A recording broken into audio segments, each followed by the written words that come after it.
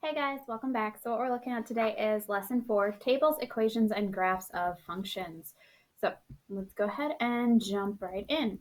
So what we're looking at first here is 4.2, equations and graphs of functions. So the graph of 3 functions are shown. So we've got A, B, and C here.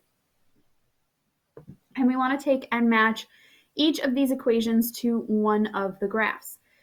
So we have d equals 60t, where d is the distance in miles that you would travel in t hours if you drove 60 miles per hour. B is q equals 50 minus 4/10 d, where q is the number of quarters and d is the number of dimes in a pile of coins worth 12.50.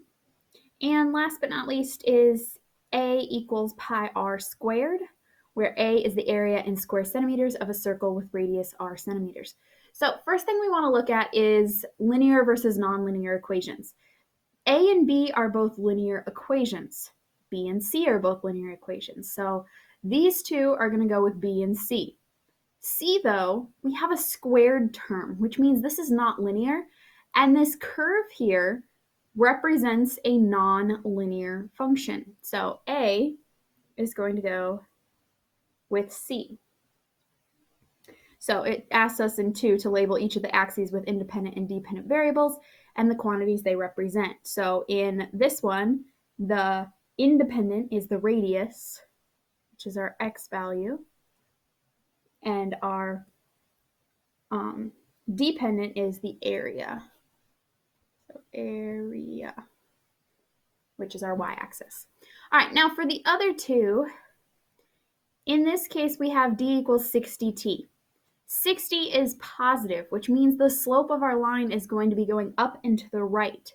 So if we look, C is finite. It has endpoints. It's not going up and to the right. It's going down to the right. So it has a negative slope, whereas this one has a positive slope. So B is going to go with A. So that means this is time, and this is distance. Sorry, I know that's really hard to read, but it is distance. All right, and then so C goes with this one here, which we can tell because the 4/10 on the D is negative, which gives it its negative slope. So this would be number of dimes, and this would be number of quarters. Kind of, sort of. All right, for part 3, for each function, what is the output when the input is 1? What does this tell you about the situation? Label the corresponding point on the graph. So on our graph, at 1, our value is right there. At 1 on this one, it'd be right there. And at 1 on this one, it's going to be like right there. So much harder to see in this case. All right, so what each of those are point-wise for A,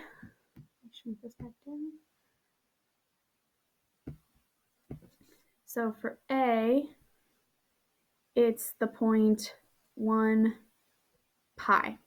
If we plug in pi in, or 1 in for the radius, 1 times 1 is 1, times pi is pi. For B, if we plug in 1 times 60 is 60. So it's going to be the ordered pair 160. And then for C, if we plug in 1 into this equation here, we'd have 4/10. So 50 minus 4/10 would be 46, or sorry, not 46, 49.6. And 1. So 2 more input-output pairs. What do they tell you about the situation? Label the coordinates on the graph. So for these, so like on A, we'd have a point at 2, and that'd be 4 pi. And we'd have a point at 3 and 9 pi. So it'd be your radius and your area. So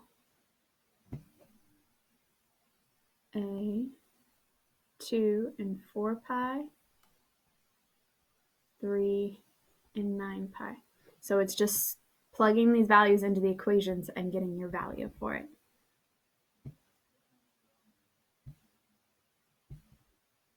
So for 2 and then 3, gotta try writing them up here for this one. So if we plug in 2 into our equation on this one, 60 times 2 would be 120. So this would be 2 and 120. And then 3 times 60 would be 180. So this would be 3 comma 180. I know, that's kind of hard to read.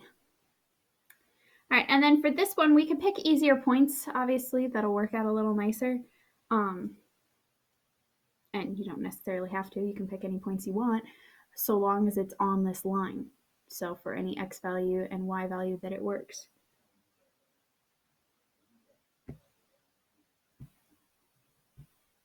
So if we do 20, we'd have that one there.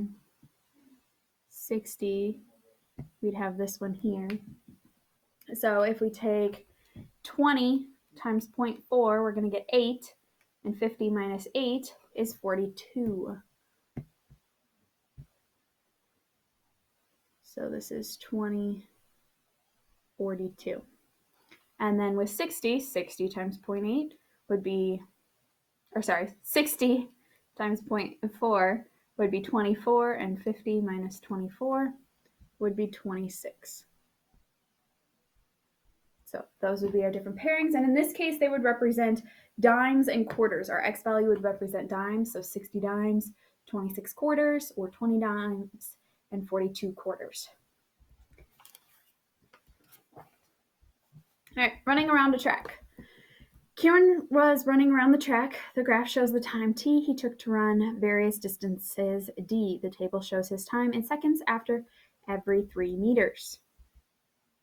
So how long did it take, first question, how long did it take Kieran to run 6 meters? So distance 6, time 2 seconds. The next one, how far had he gone after 6 seconds? So we look at 6 seconds, that's 18 meters. The next one, estimate when he had run 19.5 meters. So we can come up to the graph to look at it. So 19 and a half would be right about here, let's say.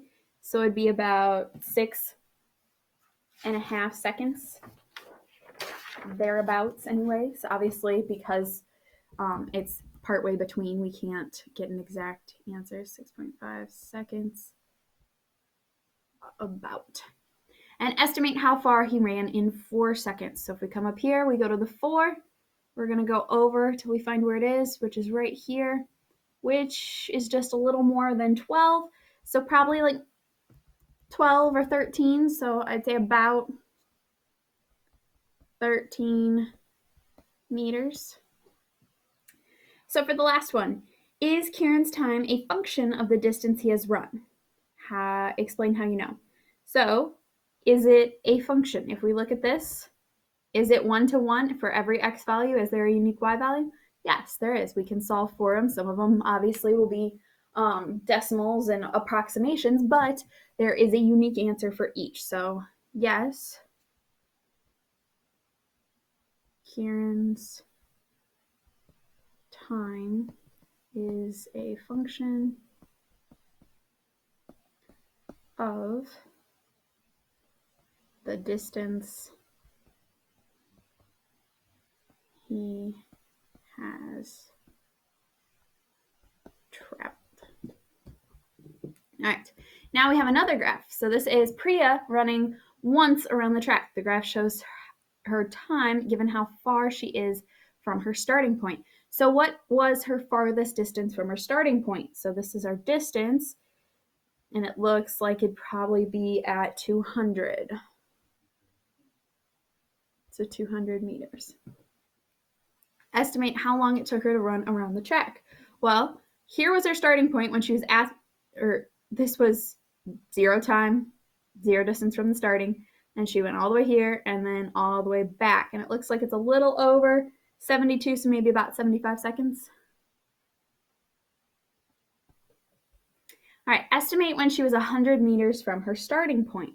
So 100 meters, looks like we've got maybe about 18 seconds, but we also have one up here, a little under 60, maybe 54.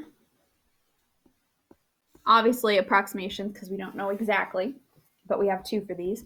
And then estimate how far she was from the starting line after 60 seconds. So go to 60, starting line, she was 75 from the starting line. So 75 meters. Now, is her time a function of her distance from the starting point?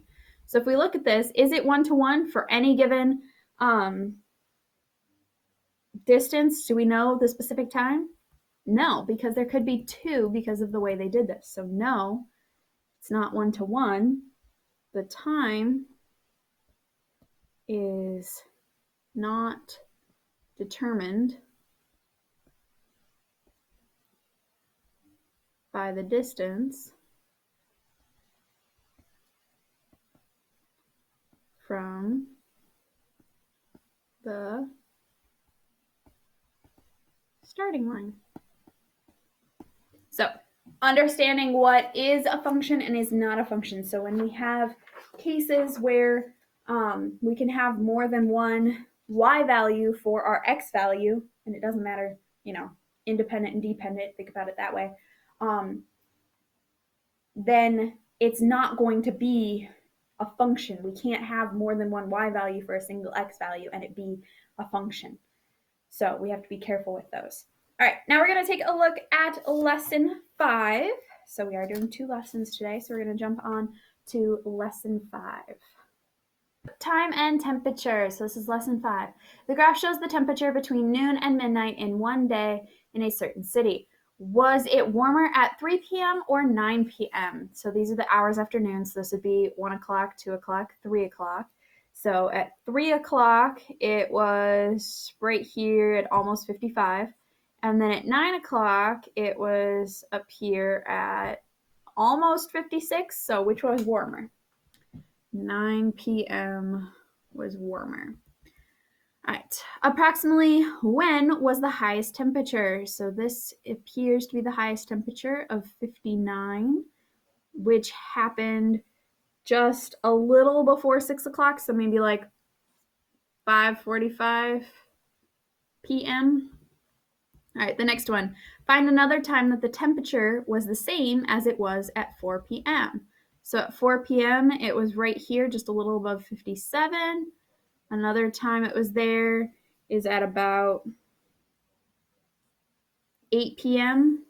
It was about the same time, same temperature. Did the temperature change more between 1 p.m. and 3 p.m. or between 3 p.m. and 5 p.m.? So from 1 to 3, we went from about 50.5 degrees all the way to almost 55. And then from 3 to 5, we went from almost 55 to 58. So which is the greater jump? So between 1 and 3, it's a 4-degree change, but between 3 and 5, it's only about 3.5.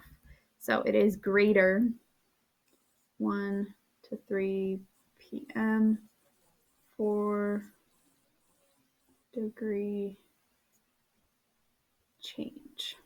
So they were close, but 1 to 3 did have that greater jump. Does this graph show that temperature is a function of time or time is a function of temperature? So we have to be careful with this. Which is it? So it's temperature is a function of time is what it's showing. Temperature